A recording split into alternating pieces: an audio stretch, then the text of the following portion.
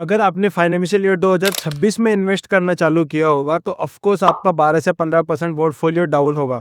Nifty IT -20%, Nifty real estate -21%।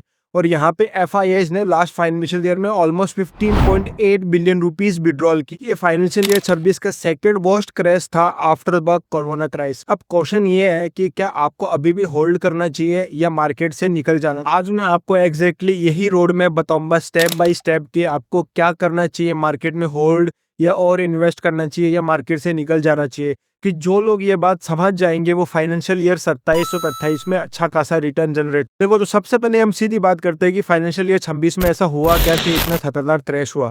देखो, इसके तीन मेन रीजन है। पहला है ईरानी यूएस इजराइल वॉर का शॉक। मार्केट जनवरी 2026 से ही फंबल कर रहा था। जब ये वॉर मिडिल ईस्ट में पहुंची तो वहां का क्रूड ऑयल के प्राइसेस एक्सप्लोड हो गए और इंडिया का ऑलमोस्ट 35 to 40% या ये ऑयल स्टेट ऑफ हार्मोन से आता है, जिसकी वजह से इंडिया में क्रूड ऑयल का मार्केट अनस्टेबल हो गया और मार्केट यहाँ के डायरेक्शन में आया। सेकंड मेन रीजन है यहाँ पे एफआईआई का मैसिव विड्रॉल। फॉरेन इन्वेस्टर्स ने नेट 50.8 बिलियन रुपीस विड्रॉल कर लिए इस कैलेंडर ईयर में, यानी 1 जनवरी 2026 से। और जब बड़ा प्लेयर मार्केट से भागता है तो छोटे प्लेयर यहाँ पे पैनिक में सेल कर देते हैं, जिसकी वजह से मार्केट में एक अच्छा करेक्शन आ गया। थर्ड और मेन रीजन है यहाँ पे रूपी का गिरना। यहाँ पे रूपी वीकर हो रहा है जिसकी वजह से इन्फ्लेशन बढ़ गई। ये कॉम्बिनेशन अर्निंग में प्रेशर डालता है जिसकी वजह से मार्केट में पैनिक सेलिंग होती है और वहाँ पे करेक्शन आ जाता है। तो ये मेन तीन रीजन है जिसकी वजह से मार्केट इस फाइनेंशियल ईयर में इतना अच्छा खासा करेक्शन हुआ। लेकिन यहाँ एक और चीज नोटिस करिए कि पिछले 10 सालों में जब जब मार्केट में करेक्शन आया वहाँ पे अच्छा खासा अपमूव आता है, यानी कि एक अच्छी खासी रिकवरी आती है। अब मैं आपको बताता हूँ कि एक एवरेज रिटेल इन्वेस्टर के साथ क्या होता है जब मार्केट में करेक्शन आता है। जब मार्केट 10% नीचे गिरता है तब होल्ड करो, सब ठीक है। जब मार्केट कोई 15% की गिरता है तब थोड़ा और वेट करते हैं। और जब वो मार्केट ऑलमोस्ट 20% करेक्शन पे आ जाता है तो पैनिक में होके सब सेल कर देते हैं, जिसके मार्केट और गिर। फोर में जब मार्केट रिकवरी करता है, अपमूव करता है, तब वहां के रिटेलर्स तो निकल चुका होता है, उसको वहां पे 4 स्टेप में एक रिटेल इन्वेस्टर्स की जर्नी है, एक नए रिटेल इन्वेस्टर्स की जर्नी। ये इनसाइट है और ये हर 2 से 3 साल में एक बार रिपीट होती है। लेकिन जो लोग कोविड क्रैश में एंटर हुए तो उनका पोर्टफोलियो आज भी ग्रीन में है। क्यों? क्योंकि patience is the game of decision. देखो, प्रॉब्लम इन्वेस्ट करना नहीं है, प्रॉब्लम है यहाँ पे पैनिक में डिसीजन लेना। तो आज मैं आपको एक ऐसा फ्रेमवर्क देने जा रहा हूं जिसमें आप ये ऐसी गलतियां कभी नहीं करोगे। देखो, फाइनेंशियल ईयर 2026-27 में कुछ ब्रोकरेजेस हाउसेस में निफ्टी के टारगेट दिया, पहले मैं उनको दिखा देता हूं। पहला है इलारा कैपिटल। इन्होंने क्या फाइनेंशियल ईयर 27 में निफ्टी 30,000 पर टच कर ले। According to Motilal Oswal firm, यहाँ पे निफ्टी का CAGR 16% रहेगा टिल फाइनेंशियल ईयर 27-28।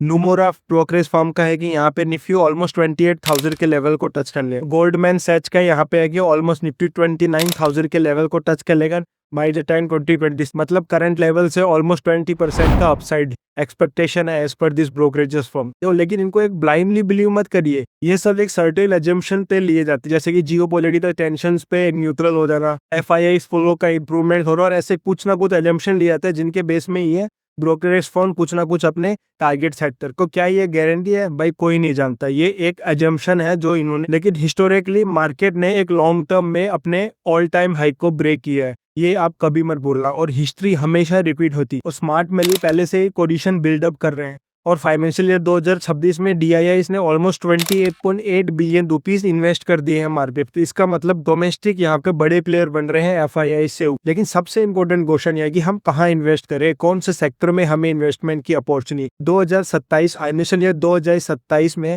कुछ एनालिस्ट ने इन सेक्टर्स को एक अच्छा खासा आउट परफॉर्म करते हुए देखा है, जैसे ये है बैंकिंग एंड फाइनेंस कंपनियां, फार्मा सेक्टर, क्योंकि यहाँ पे रुपये का वीकेंड हो रहा है और जो फार्मा कंपनीज एक्सपोर्ट करती है उनको डॉलर्स में पेमेंट मिलेगी, जिसके कारण उनका कन्वर्जेशन रेट हाई होगा, जिसकी वजह से उनका प्रॉफिट भी बढ़ेगा। जैसे कि आईटी सेक्टर ने इस फाइनेंशियल ईयर में बहुत बुरा परफॉर्म किया, ऑलमोस्ट 20% डाउन है। लेकिन स्मार्ट मनी एक्यूमुलेशन स्टार्ट हो गया है। अभी इंडियन IT कंपनीज भी AI डील में उतर रही है, जिसके कारण उनमें बूम आने की प्रोबेबिलिटी है एज पर द MLE। चलो, फाइनेंशियल ईयर 2027 में निफ्टी को ट्रैक करने से नहीं होगा, यहाँ पे कुछ एक सेक्टर परफॉर्म करें तो इससे अच्छा कि आप उन सेक्टर्स पे फोकस। चलो डायरेक्टली आते हैं कि आपको फाइनेंशियल ईयर 27-28 के लिए क्या प्लानिंग करनी चाहिए। स्टेप 1, SIP बंद मत करो गाइस। आजकल मैं देख रहा हूँ सोशल मीडिया पे सब बोल रहे हैं कि मार्केट डाउन में है, मार्केट करेक्शन है, अपनी SIPs को पॉज कर दो, बेच दो। SIPs को जितना आप करेक्शन के टाइम में बाई करोगे उतने कम रेट पे आपको MAV मिलेगी, जिसके कारण आपको एक लॉन्ग टर्म में उस NAV का फायदा मिलेगा। अभी आपको नहीं पता लग रहा है कि आप बहुत ही एक लोवेस्ट रेट में एनएवी आप परचेस करो, लेकिन जब 3 से 4 साल बाद में जब आप मार्केट के रिटर्न्स देखोगे, अपने म्यूचुअल फंड का एसआईआर देखोगे, तब आपको पता लगेगा कि उस लो एनएवी ने हमने कितना अच्छा खासा प्रॉफिट बनाया। तो नेवर स्टॉप योर एसआईपी, और जब जो मार्केट में करेक्शन आए you should double your SIP if it's possible. Step 2 यहाँ पे अपने प्रॉफिट को रिव्यू करो, जो स्ट्रॉन्ग फंडामेंटली स्ट्रॉन्ग है उनमें पोजीशंस बनाओ, और जिनके रिजल्ट्स कम आ रहे हैं, जो वीकेंड हो रहे हैं, उनमें से अपनी पोजीशन धीरे धीरे कट टेस्ट या फिर वैल्यूएबल स्टॉप होने दो। देखो जैसे कि विजय कुमार जियोलाइट के जो फाउंडर है, उन्होंने कहा है कि जो फेयर वैल्यूएशन के जो पी है ना, उन पर्टिकुलर स्टॉक्स में आप इन्वेस्ट करो अगर वो फंडामेंटली स्ट्रॉन्ग है।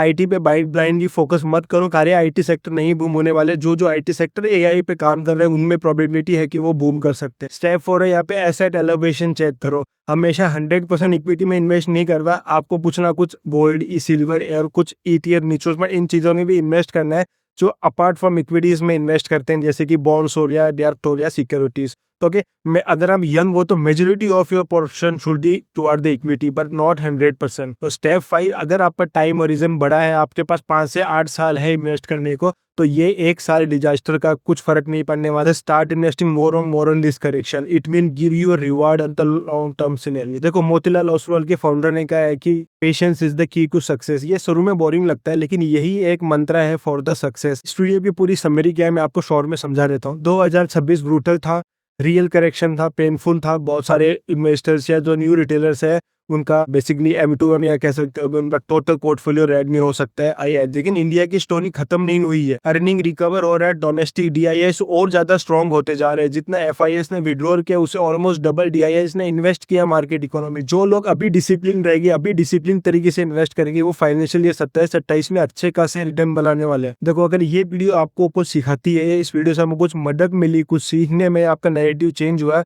तो आप एक काम जरूर करना, ये वीडियो अपने फ्रेंड को शेयर कर दो और एक लाइक करना मत भूलना। एंड इफ यू थिंक कि कौन सा सेक्टर बूम कर सकता है इन द नेक्स्ट फाइनेंशियल ईयर 1 से 2 सालों में, तो कमेंट में जरूर उस सेक्टर का नाम बता देना। स्ट्रॉन्ग का नाम मत बताना, लेकिन सेक्टर का नाम जरूर बता देना। और ऐसी वीडियोस देखने के लिए इनका चैनल को सब्सक्राइब कर सकते हो। Thank you, let's meet you in the next video.